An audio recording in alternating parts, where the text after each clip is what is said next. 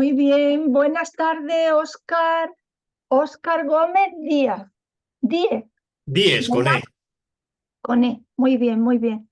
Pues qué bueno, como te decía antes, Oscar, qué bueno que esto ya es como si nos viéramos personalmente, como si nos conociéramos. Qué bueno la tecnología y casi nos podemos dar un abrazo, ¿verdad que sí? Claro que sí, claro que sí. Claro, muy bien, pues estupendo. Pues la verdad que yo no sé de esto que cuando, como decimos, los que hacemos el curso de milagros, ¿no? Cuando te dejas fluir, todo sale. Entonces Ujú, a mí me vino bueno, que te tenía que hacer una entrevista. ujú, Entonces, pues digo, pues estupendo, claro, me dejo fluir.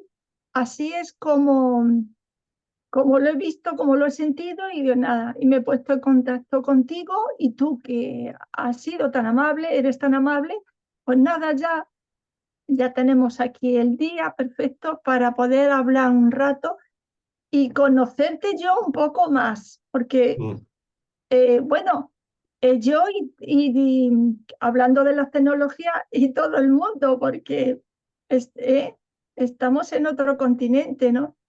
ujú. Y tú en América y yo en Europa. Entonces, pues qué bueno que así nos podamos conocer mejor y los demás que también te conozcan, Oscar. Pues muy Ay, bien, gracias. vale, pues te voy a comentar, ¿cómo conociste tú un curso de milagros? A ver, a finales de la década de los 90 del siglo pasado, comencé a tener noticias del curso de milagros a través de una familiar, pero no, no me interesé. En un principio lo mencionó y toda la cosa. Y luego fue como en el año 2001 en Bogotá, eh, asistiendo a otra conferencia sobre temas también espirituales. Se mencionó el tema del curso de milagros. Era una librería que a la vez tenía un auditorio para conferencias, ¿no? Así que ahí fue en ese año en que ya decidí comprar el libro y participé en unas conferencias, unas charlas que daban en esa librería. Y así fue que inicié el estudio del curso. No se contaban con las herramientas tecnológicas que se cuentan ahora, ¿no? Porque Claro, que uno encuentra ahora pues mucha información del curso a través de YouTube, de Instagram, de WhatsApp, bueno, de otras redes sociales. Y son muchas herramientas que ayudan a las personas que recién inician el estudio del curso. Luego, pues dejé de asistir a ese sitio, pero continué estudiando el curso. Lo leí y practiqué las lesiones. mm, Más sin embargo, pues yo también antes de eso y después de eso, pues estaba, digamos, vinculado o prestaba mi atención a tradiciones espirituales del Oriente, ¿no? Eh, y también de geometría sagrada y de programación neurolingüística y de budismo, bueno, incluso sanación pránica y el Hatha Yoga. Así que el curso como que era una enseñanza más entre todas las que estaba explorando o practicando. Eh, Así que luego aparqué el curso, lo dejé a un lado durante unos años, luego lo volví a retomar, ¿no? Eh, Creo que fue en el año 2009, 2010, lo volví a estudiar, volví a practicar las lesiones, mm, pero pues estaba también vinculado con otras tradiciones espirituales. mm, Por esa época estuve muy vinculado con una orden de swamis, de tradición hindú, eh, y seguía practicando también el Hatha Yoga y sanación pránica, bueno, y otras enseñanzas que me fueron llegando a lo largo de los años. Volví a dejar nuevamente el curso de milagros, o sea que fue una relación entre ir y volver, ir y volver. ¿No? Y bueno, finalmente ya fue como en el año 2015 que lo retomé y ya no lo solté, o el curso no me soltó. Ya sea como lo uno o lo otro, eh, pero finalmente ya me decanté por el curso de milagros desde el año 2015 más o menos. Muy bien, o sea que ya es como el hijo pródigo, ¿no? Que ya ha venido, ¿no? Ha venido a casa y ya. Así, o como diría en un principio, como diría un poema de Pablo Neruda, Farwell, que decía, amo el amor de los marineros porque besan y se van. En una playa hay una mujer esperando, los marineros besan y se van, son como las olas, van y vienen. Así estuve, así fue durante mucho tiempo mi relación con el curso. Iba, volvía, me iba, volvía, ¿no? Hasta que finalmente me quedé con el curso. Pues muy bien, porque, claro, bueno, tú ya vienes de unas enseñanzas, como nos has dicho, de otras enseñanzas, y bueno, pues da igual no importa si cualquier persona conoce el curso y ya sigue adelante, o como es tu caso, pues en 2 ocasiones lo has dejado y ahora ya pues lo sigues adelante, ¿no? Y ya es como algo seguro, ¿no? Mm. Como que es algo seguro en tu vida, ¿no? Como algo seguro en tu vida. Entonces, ¿es tu filosofía de vida o lo que es lo mismo? ¿Tú investigas sobre este conocimiento? Yo podría decir ahora que el curso sí es mi filosofía de vida en estos momentos, ¿no? En los años primeros era una enseñanza más que me llegaba, ¿no? Eh, y la comparaba con las otras enseñanzas que estudié o que practiqué. Y creo que eso me dio una cosmovisión más amplia, ¿no? De pues también agradecer y respetar esas enseñanzas, pero llegué a la conclusión que todas las enseñanzas que tienen técnicas muy valiosas y postulados también muy profundos, tenían una carencia en sus estructuras organizacionales, y eran los conflictos que se daban entre los miembros de esas organizaciones. O sea, sí, se hacían técnicas de meditación o rituales o se instruía sobre la enseñanza, y conceptualmente no se diferencian mucho del curso de milagros. Cambia el lenguaje, cambia las formas, pero finalmente el propósito es lo mismo. Como dice el curso en el prefacio, que pese a que las enseñanzas están escritas en un lenguaje cristiano, su metafísica es de carácter universal, ¿no? Su enseñanza es de carácter universal, que solamente se diferencia en las otras, en la forma, en el lenguaje, pero todas tienen un solo propósito: regresar a Dios.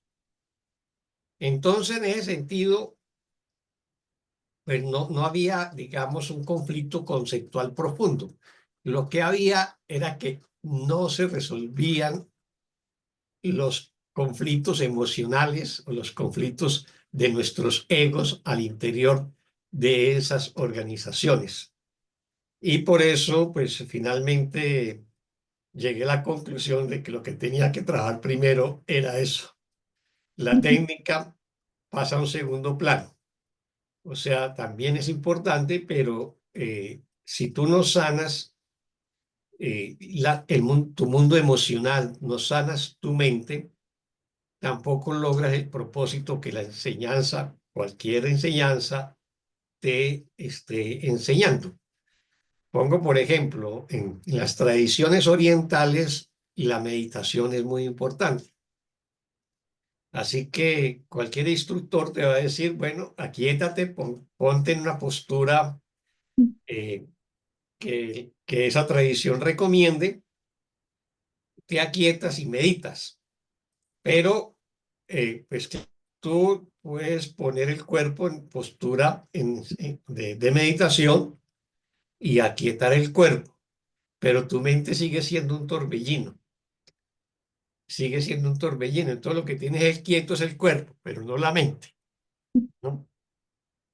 Eh, y obviamente si es una persona muy estresada, tú lo vas a ver o la vas a ver en el salón en postura de meditación y de pronto rascándose un brazo, tocándose la cabeza, moviendo las piernas, porque no es el cuerpo inquieto, es la mente inquieta que se está reflejando en el cuerpo, ¿no? Así que el tema fundamental es lograr aquietar la mente, ¿no? El cuerpo se va a aquietar si la mente se aquieta. Ahí sí, como decía uno de los grandes maestros hindúes el, de, del que escribió los Sutras hace como 2500 años, Patanjali, ¿no? Antes, Que eran como 256 sutras y eso era todo, se pueden escribir en 4 o 5 páginas, porque son aforismos de una o dos oraciones y realmente es el tratado de yoga más profundo. Así que en el segundo aforismo, en el segundo sutra decía, yoga es aquietar la mente. O sea, si tú aquietas la mente, estás en yoga. Si no aquietas la mente, no estás en yoga, ¿no? Pero aquietar la mente sin haberla sanado de todos los miedos, conflictos, culpas, resentimientos, preocupaciones, pues no la vas a aquietar, ¿no? Y eso es lo que te ofrece el curso a través del perdón. Y en la medida que perdonas, vas obteniendo un poco más de paz interior. Y entre más paz interior, pues más quietud en la mente, ¿no? Y también en el cuerpo, necesariamente. eso es, Oscar. Pues, Oscar, tú lo enfocas sobre la historia de aquí, de este sueño, ¿no? Lo enfocas porque eh, explicas mucho la historia y, o sea, dentro de este sueño, el curso de milagro pones ejemplos de la historia, ¿no? ¿Lo explicas así? Sí, sí. A ver, el curso, cada estudiante, cada maestro del curso, pues lo va a interpretar de acuerdo al sistema de creencias que ha cultivado a lo largo de su vida. Mm, Y obviamente que si es un estudiante que ha sido, por ejemplo, un cristiano devoto, un católico practicante, pues lo va a abordar desde el punto de vista muy devocional, ¿no? Y eso mm, está muy bien. Volviendo a las tradiciones orientales, el yoga como enseñanza tiene 4 ramas, ¿no? Fundamentales. El karma yoga, que es el yoga del servicio, el bhakti yoga, que es el de la devoción, el Nani yoga, que es el del conocimiento, y el Raja yoga, que es como el yoga supremo que los integra a todos, ¿no? El curso de milagros tiene esas 3 expresiones. Nos pide que prestemos servicio, o sea, que ayudemos a nuestros hermanos, que es dando que recibimos, y entonces está todo el tema del servicio, ¿no? Tal vez una cristiana que podría denominarse desde la tradición oriental como una karmi yogi sería la Madre Teresa de Calcuta, ¿no? mm, Eh, el Bhakti Yoga es el de la devoción, ¿ver? Y el curso también lo tiene unas oraciones muy hermosas, tanto en el libro del texto como en el libro de ejercicios, sobre todo en la segunda parte del libro de ejercicios, a partir de la lección 221 hasta la 365, cada lección tiene una oración. O sea, ya cambia el contenido de el ejercicio. Si los primeros ejercicios del número 1 hasta el 220 buscaban, digamos, eliminar los pensamientos egoicos en nuestra mente, y había una explicación muy racional de la lesión, que tenía 2 o 3 páginas, esa lesión con toda esa explicación conceptual, diciéndonos la importancia de esa lesión y de esa práctica. Ya la segunda parte, las palabras pasan a un segundo plano, entonces el texto de la lesión es media página, y de esa media página son 2 párrafos, y uno de ellos es una oración. O sea, ya no es la comprensión intelectual de la lesión, sino la práctica, la experiencia, y se hace a través de la oración. Ese es el Bhakti Yoga o el yoga devocional, el curso también lo contiene, ¿no? Y está el yoga del conocimiento, el Nani Yoga, y eso es el libro del texto, que es muy extenso, son más de 750 páginas, y está toda la metafísica del curso. Ahí está toda su profundidad, y quien lo estudie, y un buen estudiante debe estudiar el libro del texto, incluso antes del libro de ejercicios, para poderlo comprender en su profundidad, que es lo que recomienda la introducción del libro de ejercicios. Hoy por hoy la mayoría de los estudiantes entran estudiando el grupo de ejercicios, metidos en un grupo de WhatsApp o cualquier grupo de cualquier red social, y se pierden la parte, digamos, del libro del texto, la parte conceptual, y por eso les parece muy difícil, sobre todo las primeras lecciones, porque las primeras lecciones pues son un golpe a nuestro sistema de creencias, ¿no? Como le hemos dado realidad a este mundo y a este cuerpo, y en la tradición religiosa, pues nos dice que este mundo y este cuerpo lo creó Dios, el curso nos va a decir, no, nada de eso es real, nada de eso tiene significado, porque el verdadero significado solamente es el amor, o Dios, o el espíritu. Las formas, el mundo material, los cuerpos y sus conflictos no son reales. Y eso, pues para alguien que no ha estudiado la metafísica del curso, pues es un choque tremendo, ¿no? Así que eh, muchos estudiantes lo abordan desde la parte devocional, pero pues yo tenía un bagaje conceptual sobre las distintas tradiciones espirituales, o sobre el tema de la filosofía o de la historia. Entonces, cuando yo explico las lecciones, pues doy un contexto para que se haga comprensible. Por ejemplo, el curso habla mucho de la palabra expiación, que ya en nuestro lenguaje cotidiano en este mundo poco se utiliza. Y eso tiene una reinterpretación de la palabra expiación en la Biblia, que fundamentalmente es un sacrificio que se le ofrece a Dios para que nos purifique de nuestros pecados, ¿no? Entonces, obviamente que cómo surgió eso o cómo evolucionó esa expiación, pues es importante, porque en la tradición judeocristiana, que es la Biblia que manejamos en el mundo occidental, pues eso aparece muy claramente en Abraham, cuando va a sacrificar a su hijo Isaac como ofrenda a Dios, y se le aparece el ángel diciéndole que ya demostraste su fe en Dios, entonces no lo hagas, y entonces sacrifica un cordero, un animal. Pues bueno, un teólogo me decía hace muchos años que eso era una demostración de perfecta fe, ¿no? Y yo le decía, no, es una demostración de perfecta locura. Si hoy cogemos a un padre de familia con un cuchillo dispuesto a sacrificar a su hijo, lo apresamos, lo mandamos a la cárcel o al manicomio y le quitamos la patria potestad del hijo, ¿no? Entonces, pero en las culturas antiguas, no solamente en la cultura judía, sino en las culturas antiguas, estaba el tema de los sacrificios y de los sacrificios animales y después evolucionó a los sacrificios humanos, de animales. Y, mm, y lo que va a reinterpretar el curso es que para llegar a Dios no hay que ofrendarle sacrificios porque Dios no está pidiendo el sacrificio de un inocente.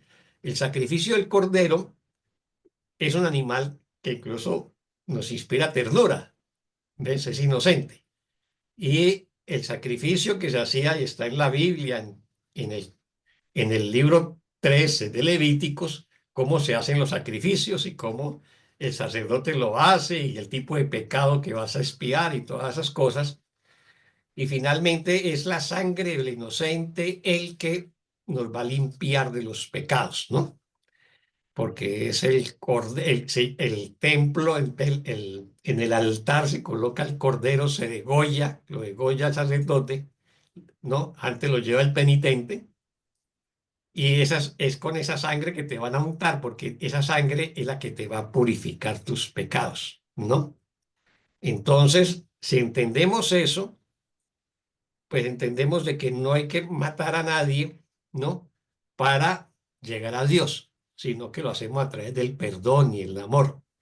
Y de ahí que en la tradición cristiana, la ejecución de Jesús por parte del Imperio Romano y de los sacerdotes judíos es una ejecución propia del Imperio Romano, la crucifixión. Jesús no fue el primero ni fue el último, ¿no? 70 años antes de Jesús estuvo la rebelión de los esclavos dirigidos por Espartaco y en la última batalla en que fueron derrotados por los romanos, 6.000 esclavos fueron crucificados en el camino hacia Roma desde el lugar de la batalla en que fueron derrotados, ¿no? Y también después de Jesús, muchos crucificados, pero lo hacían frente a los sediciosos o los rebeldes, ¿no? En el caso del cristianismo, entonces reinterpretan esa ejecución de Jesús como el gran sacrificio. Por eso lo llaman el Cordero de Dios que quita los pecados del mundo, ¿ves? Y la gran expiación. Así que teníamos que matar a otro ser humano para limpiarnos de los pecados. Eso fue el fundamento en el que se creó el cristianismo o como iglesia, no como enseñanza de Jesús, sino como iglesia. Y eso es lo que va a reinterpretar el curso. Eso es lo que nos va a enseñar Jesús, a reinterpretar la palabra expiación como la corrección del error de habernos separado del Padre. No, pero no tenemos que matar a nadie o condenar a alguien considerándolo culpable de algo para ser redimidos, para ser salvados. Así que entender de dónde sale, digamos, toda la enseñanza del curso, ¿no? ¿Cuáles son los orígenes? ¿Cuáles son los fundamentos? Pues es muy importante para la comprensión misma del curso y el alcance de sus enseñanzas. Así que voy explicando cada situación y cada cosa, o desde el punto de vista filosófico, el significado de la verdad, que es muy central en el curso. Y en filosofía se ha trabajado mucho el tema de la verdad, ¿no? O, mm, y así sucesivamente cada enseñanza del curso eh, o cada metodología del curso tiene, digamos, un antecedente, un detrás de. Por ejemplo, eh, el curso es muy aristotélico. El curso utiliza la lógica para enseñarnos lo que nos quiere enseñar. Utiliza los silogismos aristotélicos para hacer proposiciones que digan esto es verdad, ¿no? O también se apoya mucho en los postulados de Platón, ¿no? Así que el curso se arma de muchas tradiciones de la cultura humana, no solamente la bíblica y de la historia judeocristiana, sino también de, de, de, de la tradición de la filosofía griega clásica y también de postulados que eran mucho más anteriores que el cristianismo, que eran las enseñanzas orientales, ¿no? Del budismo o del hinduismo. Ahí están también, están implícitas porque el curso, como no es un tratado académico, no hace referencias bibliográficas, ¿no? Así que simplemente hace referencia a la caverna, pero no coloca en nota de pie de página, nos estamos refiriendo a la caverna de Platón, por decir algo, ¿no? O al tema de la no dualidad, Mm. que es parte de la enseñanza pues, muy antigua de las tradiciones hinduistas y particularmente de la Vaita, ¿no? Así que el curso recoge lo mejor de las tradiciones espirituales del mundo y las empalma en un lenguaje cristiano, ¿no? Y se convierte como una síntesis de todo. Eso es para mí el curso de milagros. Muy bien, Oscar. Referente a lo que has dicho, que claro, es que Jesús a Helen primero le dictó el texto y Ujú, después descansó y después le fue las lecciones.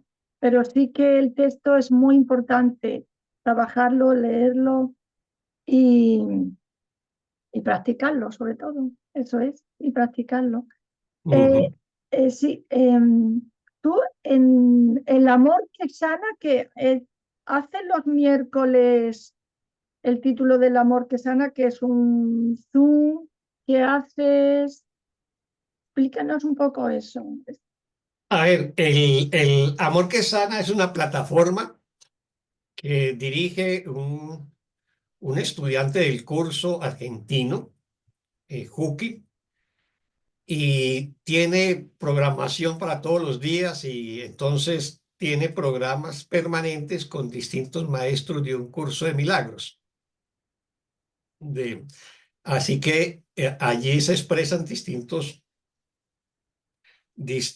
maestros que de una u otra manera enseñan el curso de milagros de una u otra manera. Unos hacen psicoterapia, los otros hacen, pues explican los ejercicios o, bueno, lo que sea.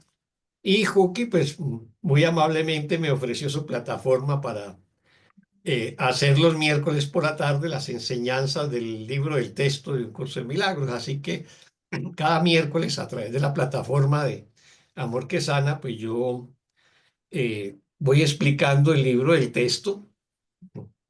Ahora vamos en el capítulo 15 y más o menos en cada sesión abordamos un subtítulo de un capítulo, ¿no?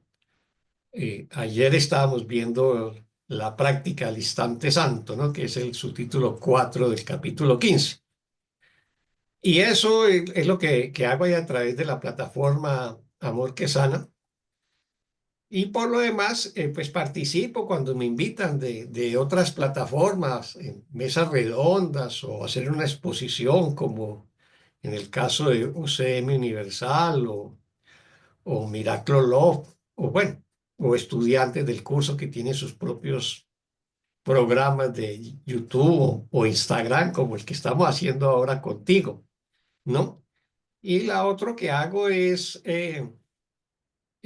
pues coordinar un grupo de estudio aquí en la ciudad donde vivo en Colombia, que es una ciudad en el occidente de Colombia que se llama Armenia, una pequeña ciudad. Así que eso es todo eh, lo que hago, digamos, a través de redes sociales y publico y tengo unos grupos de estudio en WhatsApp donde les comparto mis reflexiones sobre las lesiones eh, cada día. Y también lo publico pues en Facebook y en Telegram y en Instagram, pero eso es todo lo que hago, digamos, en la cotidianidad respecto al curso de milagros. Oscar, algunas formas de religión no tienen que ver nada con Dios, ¿no? ¿Algunas qué? algunas formas, algunas formas de religión no tienen que ver con Dios. Ujú. ¿Tú qué opinas de eso? Filosóficamente lo tiene muy bien argumentado, ¿no? Son tradiciones orientales, prácticamente son tres las que no, no consideran a Dios, por lo menos a Dios como lo concebimos nosotros en Occidente, como necesario para el desarrollo espiritual o la iluminación, ¿no? Es el caso del budismo, ¿no? En el budismo no consideran necesario llegar a Dios, llegan al nirvana, que es un estado, casi que traducido literalmente, es la liberación total de los apegos. Eso sería la traducción del nirvana, ¿no? Eh, Él es en el jainismo, que es una corriente hindú, que no solamente dice que Dios, el concepto de Dios no solamente no es necesario, sino que se convierte en un obstáculo para la iluminación. Y está también el taoísmo en China, ¿no? Que se originó en China, básicamente a raíz de las enseñanzas de Lao Tse y su clásico, que es el libro del Tao Te Ching, ¿no? Esas enseñanzas no consideran el concepto de Dios como lo manejamos nosotros. Eso no quiere decir que no sean espirituales ni que pretendan ser espirituales, ¿no? Sino que nosotros tenemos en el mundo occidental, pues, un concepto de Dios, pues, muy diferenciado respecto a Oriente.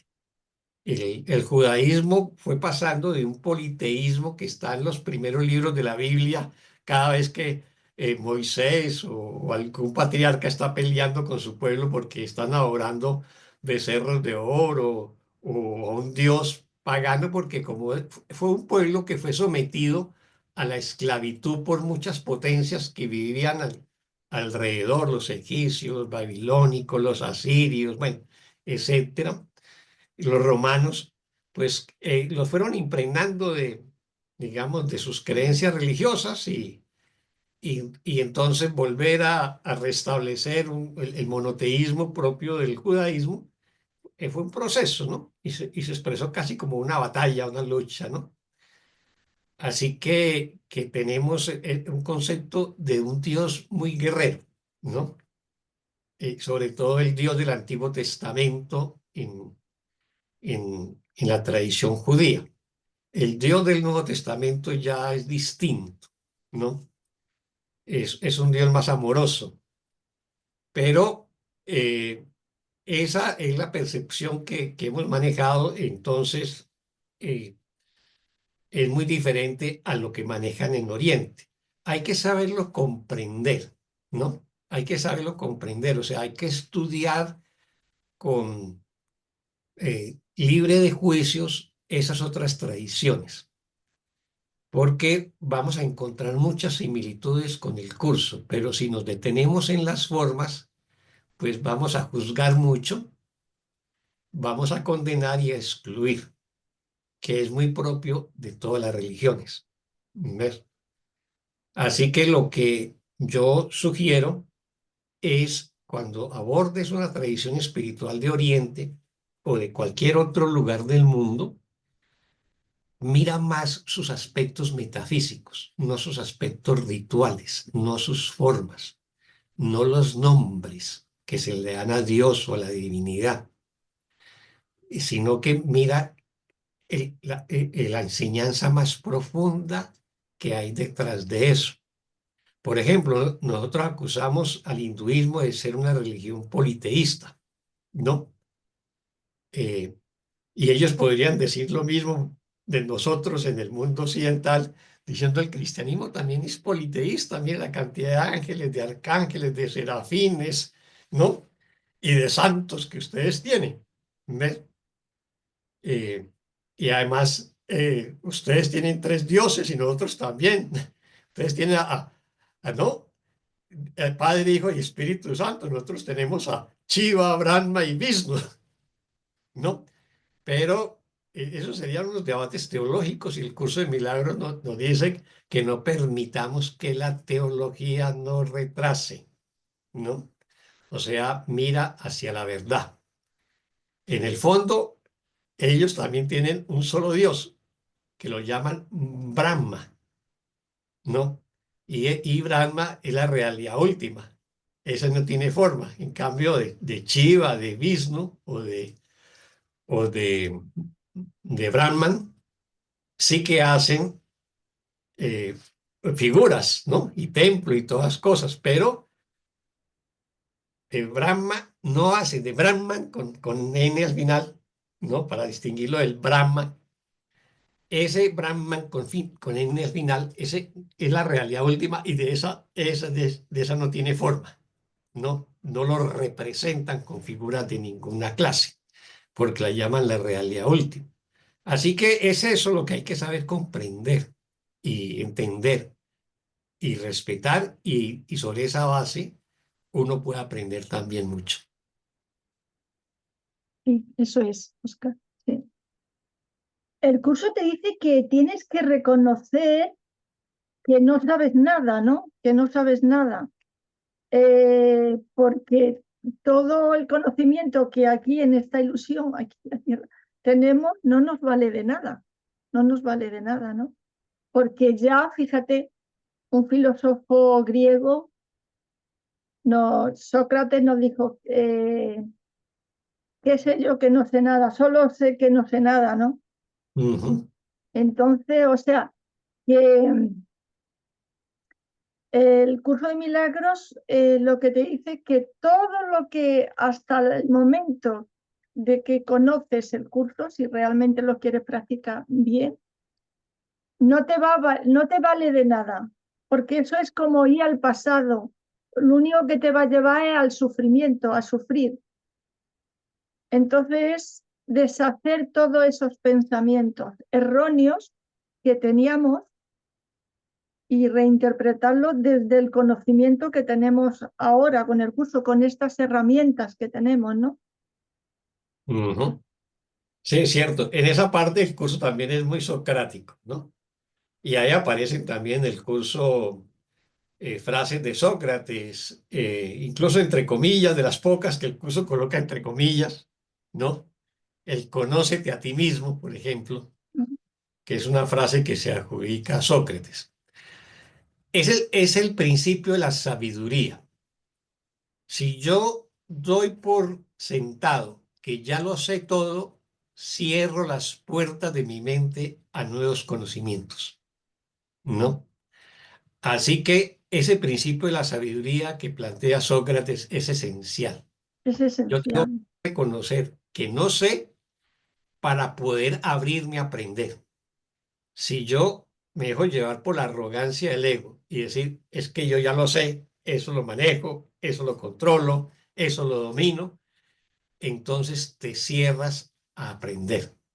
Y como la apuesta del curso es que yo, para poder volver al Padre, tengo que deshacer completamente el sistema de creencias con el cual me había identificado a lo largo de mi vida.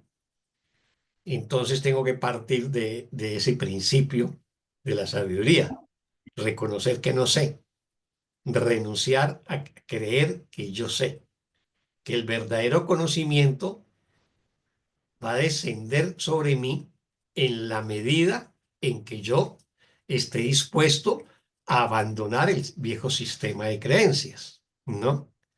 Así que es como lo que también Platón decía, el mundo de las ideas es el mundo real, el mundo sensible, ¿no? Eso es ilusorio, pero pues para ello tengo que abandonar o por lo menos no darle realidad al mundo sensible. Y esa es parte de una enseñanza fundamental en el curso de milagros. Es imposible ser un buen estudiante del curso de milagros y si es imposible lograr la maestría en un curso de milagros si creemos que ya sabemos, ¿no? porque como nos lo explica el curso, nosotros no conocemos todas las circunstancias que se entretejen frente a una situación específica que podamos experimentar en nuestra vida. Podremos conocer uno o dos aspectos, por ejemplo, una relación conflictiva con alguien, pero no conocemos todo el entorno de esa otra persona y de las circunstancias en que se dieron. Así que simplemente renuncio a juzgar y renuncio a creer que me puedo explicar por mí mismo eh, esas circunstancias y más bien se las dejo en manos de quien sí sabe y conoce la totalidad. En este caso sería el Espíritu Santo. Eso es. Tenemos este maravilloso guía, ¿no? Tenemos este Mm, maravilloso guía donde te puede perfectamente guiar y saber porque es que si no es nuestro ego, esta carcasa, Carmen, ¿no? Nuestro ego el que quiere decir, tiene que salir así, tiene que ser tanto tiempo, tiene que... No, eso es el ego total. Si te deja fluir, ¿no? Va a salir perfecto porque será lo mejor para ti y para todos, ¿no? Eso es. Y referente a lo que es esto último que estamos hablando, exactamente es eso, que no tengo que saber nada o sea, todo irme al pasado, hacer recuerdos, no me sirve de nada. Y lo que tú has comentado, tener una mentalidad abierta, frente a lo de Sócrates, ¿no? Si tengo una mentalidad abierta, es decir, estoy abierto a este nuevo conocimiento, a estas nuevas herramientas, ¿no? ujú, Y además, o sea que en el manual para el maestro ya nos lo pone perfecto es lo de la mentalidad abierta, ¿no? Tenemos una mentalidad ujú, abierta y, y me guío, me dejo guiar para este nuevo conocimiento, para esta mm. práctica que tengo que llevarlo a cabo, practicarlo, ¿no? Sí, sí, muy cierto. Y lo de la mentalidad abierta que aparece como una de las características del maestro de Dios es muy importante porque hay muchos estudiantes del curso que, que lo asumen un poco fanáticamente y entonces a partir de ahí también descalifican otras tradiciones, otras enseñanzas o incluso a otros maestros del curso de milagros. ¿Ve? Así que mantener esa mentalidad abierta, pero también con mucho respeto, ¿no? Con apreciando lo que tal vez otro hermano, otra hermana nos quiere transmitir, ¿no? Siempre tener esa mentalidad abierta de que algo me tiene que enseñar, porque este encuentro que acabo de tener con este hermano o esta hermana no es gratuito, ¿no? Nunca es Y gratuito. eso Es, nunca es gratuito. tiene que ser. Entonces, eso lo que debemos tener, que no es fácil. No es fácil porque estamos en un mundo del ego y en tradiciones religiosas muy intolerantes. Y en cierta manera, pues nos dejamos arrastrar por esos comportamientos. Porque, claro, hay, digamos que hay muchos maestros del curso de milagro, mucha gente que practica, muchos estudiantes que practican el curso de milagro, pero digamos que, porque lo importante que es el fondo que es lo que todos queremos decir lo mismo. El cómo lo explica, yo creo que no habría que, referente a lo que tú has comentado, o sea, no tendríamos que decir, porque este me gusta mucho, pero este no me gusta. O porque este, fíjate lo que dice y este no lo, ¿no? Entonces, si vamos realmente a lo que es la base del curso, que es que cambio mi percepción y la percepción que tenía antes no me vale y que solamente soy el hijo de Dios y que no tengo que sufrir, no tengo que sufrir para nada, ¿no? Ese es mi cambio de percepción, pero no tengo que, porque cada aquí tenemos cada uno una carcasa, cada uno nos manejamos con unas, digamos, aquí lo explicamos cada uno de una forma, pero no tengo que hacer juicio, decir, ay, pues fíjate cómo lo hace o este. O sea, como lo escuchen, al escucharlo es perfecto, porque voy al fondo y voy a la base que es que somos el Hijo de Dios y que no tenemos que sufrir, ¿no? Mm, Entonces es importante de darnos cuenta de que ahí no, a veces nos maneja el ego, el decir, pues sí, porque es que tienes que decir esto, o es que lo que sienta y lo que diga es perfecto. ¿Tú qué opinas mm. de eso? Sí, eso es cierto. Ahora, el tema es que en el curso de milagros hay muchos maestros. A mí no me gusta que me llamen maestro del curso. Yo soy un estudiante del curso, Estudiante. ¿no?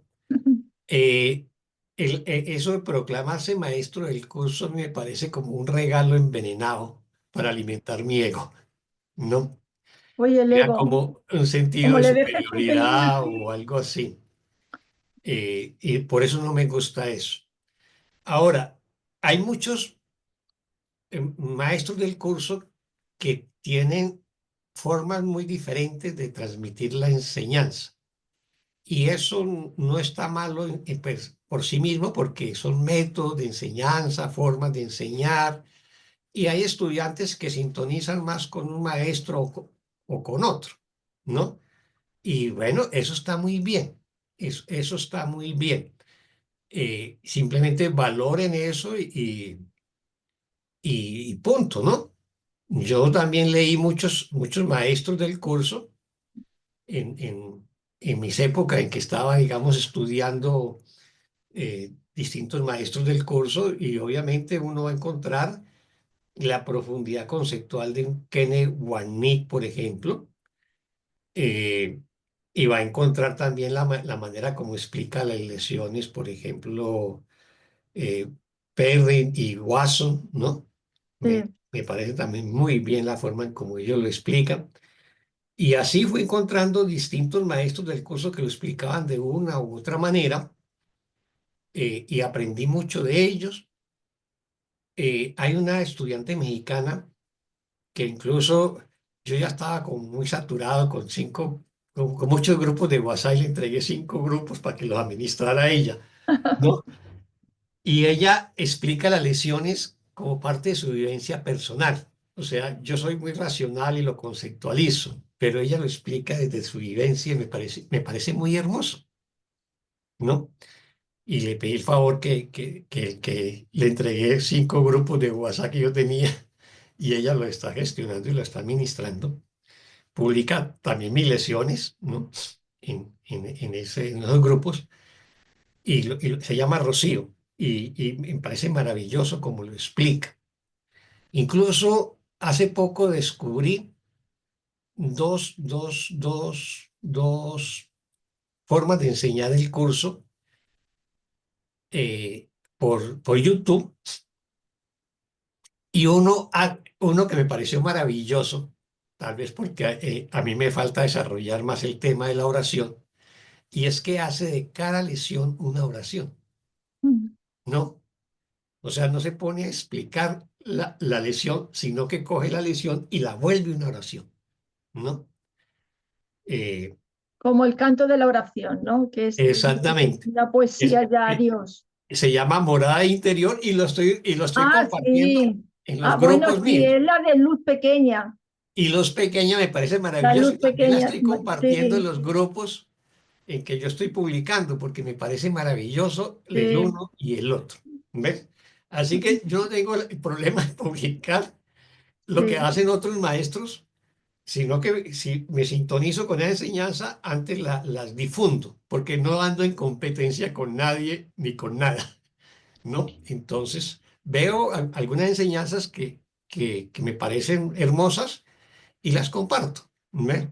Y esa es la actitud que se debería tener. Hay otros maestros que parecen que fueran muy competitivos con, con las enseñanzas y entonces excluyen a otros maestros y que solamente se publique lo que yo hago. Bueno, pero pues eso es propio digamos, del estado de evolución de un estudiante o de un maestro. Llegará el tiempo en que llegará a comprender que la profundidad de las enseñanzas va en otra dirección, ¿no? Pero eso será en su momento, ¿no? Sí, sí. Pues te voy a leer una frase que tú has escrito, ¿eh?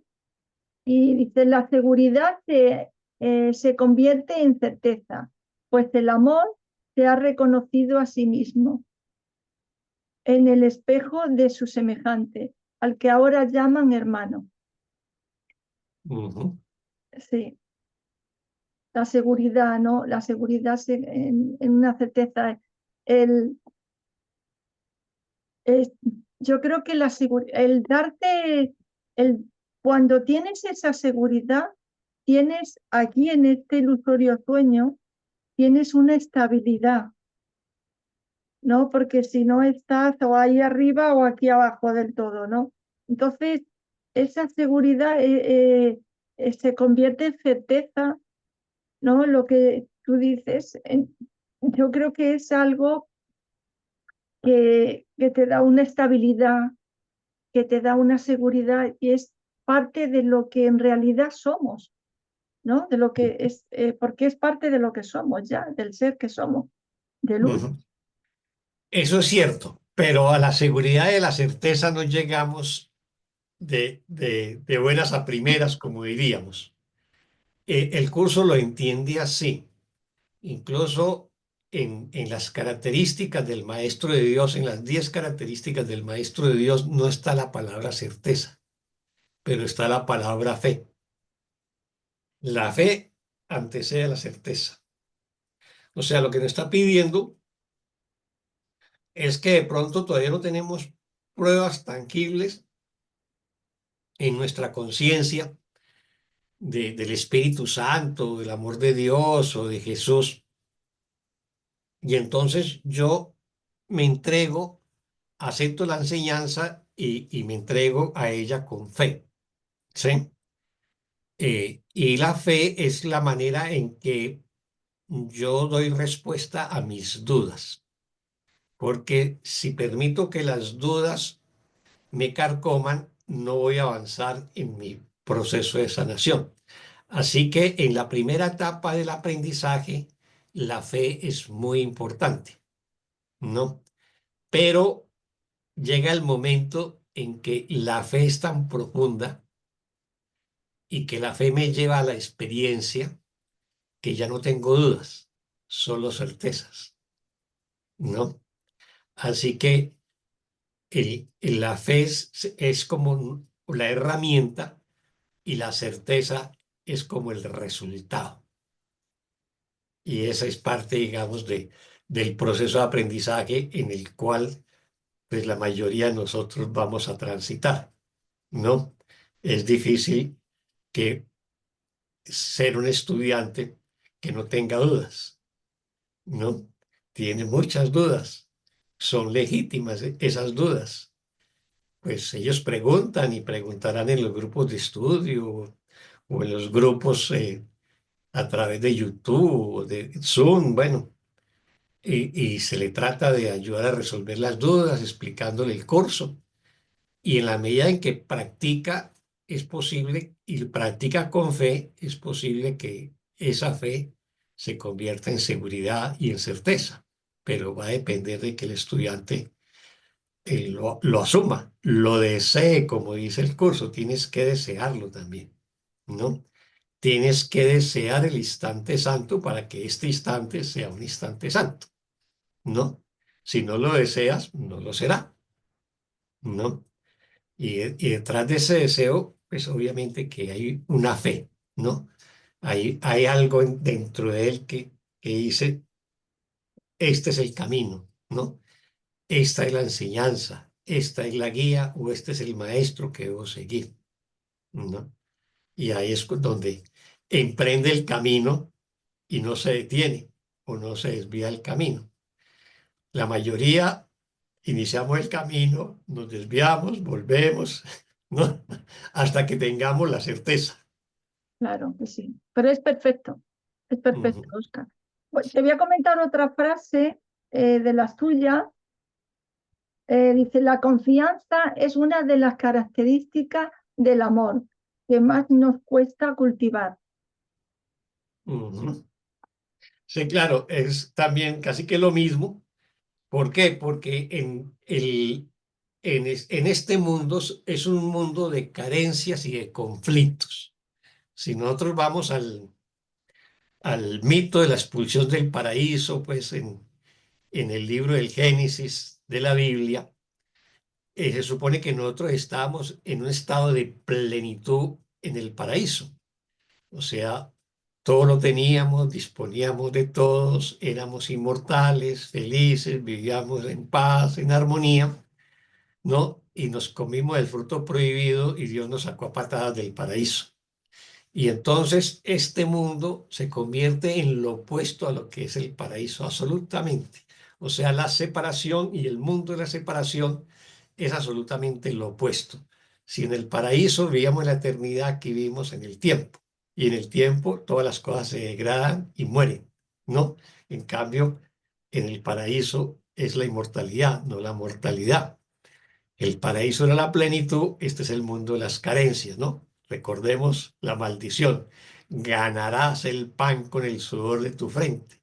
Entonces aterrizamos en un mundo de recursos escasos y por lo tanto luchamos por obtener esos recursos. Vamos a la guerra por defenderlos, por preservarlos, por acumularlos, ¿no? Entonces, toda esa dinámica de la carencia, pues nos lleva a conflictos de todo índole, ¿no? Y nos genera muchas incertidumbres. Y finalmente, el amor, como lo entiende el curso, como lo que da vida a todo, lo une todo, lo integra, le da coherencia y armonía a la existencia, pues se pierde, porque la supervivencia en este mundo depende de que yo luche por las cosas que creo que necesito para sobrevivir. Y eso implica pelear con otros, guerrear con otros, pelear por los recursos, ¿no? Y lo seguimos haciendo a través de la historia, a través de miles de años. Es la historia de las guerras, ¿no? O de los conflictos de toda índole. Así que el, el llegar a la seguridad y a la confianza del amor perfecto es darle la vuelta a todo nuestro sistema de creencias, porque no consideramos que el amor es perfecto. El amor o lo que creemos que es el amor en este mundo, ya sea el amor, digamos, en los aspectos en que más se clasifica el amor en este mundo, que es el amor sexual, el amor filial, ¿no? Y el amor admirativo, eh, pues todos ellos son condicionados, no son incondicionales. No van las parejas a la iglesia y se casan y se prometen fidelidad para siempre, pero después inicia una batalla campal en cada matrimonio, en cada casa. Así que no es que realmente sea incondicional, es absolutamente condicional. Yo te doy afecto y amor si tú también me lo das, ¿no? Esas son las relaciones especiales del curso Tanto Trabaja, ¿no? Que es una especie de vampirismo. Yo busco en la relación con el otro o con la otra lo que yo creo que me falta a mí, que es el principio de la carencia. Salí del paraíso y me siento incompleto, entonces creo que el otro o la otra me va a completar, ¿no? Mi media naranja, como dicen popularmente. Entonces, esa seguridad en el amor se pierde necesariamente, se vuelve añicos en las estructuras sociales y culturales del mundo. solamente se requiere, digamos, un cambio profundo en nuestro sistema de creencias que parte del supuesto de que esto no es real, que esto es ilusorio.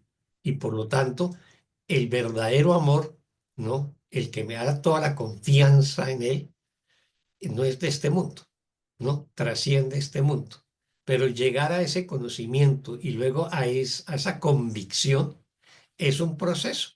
Es un proceso de aprendizaje y de práctica en la cual yo voy transformando mi mente. Si no he corregido mi mente, si no he sanado mi mente a través del perdón, pues decir de que hay confianza absoluta en el amor eh, es una expresión intelectual absolutamente vacía de contenido. Eso es. Muy bien, Oscar. Pues bueno, yo, como tienes ahora otro compromiso, yo para mí ha sido como 5 minutos. O sea, yo me quedaría otra hora hablando contigo porque me encanta tu diálogo. O sea, es perfecto. Pero bueno, te doy las gracias, muchísimas gracias, Oscar, por esta petición que te he hecho y me has atendido y el compartir todas estas herramientas, todos estos conocimientos, es perfecto, claro que sí. Muy bien, Mm. pues como te he dicho al principio, este cafecito colombiano ha sabido súper bien. Ha sido Me buenísimo. alegra mucho. Sí, sí. Te doy No, con mucho cariño, un abrazo. con mucho cariño, Carmen. También disfruté mucho la conversación, el café que nos tomamos mientras hablábamos. Así que de verdad muchas gracias y bueno, cuando quieras de nuevo otro diálogo, con mucho gusto Claro que estoy sí, claro que disponible. sí. Pues Bueno, lo anoto, anotado queda. Sí, sí. bueno, muy Muy bien, que bien. tengas un feliz y bendecido día, Igualmente para ti, Carmen. igualmente para ti. Bueno, hasta pronto. Hasta pronto. Mm.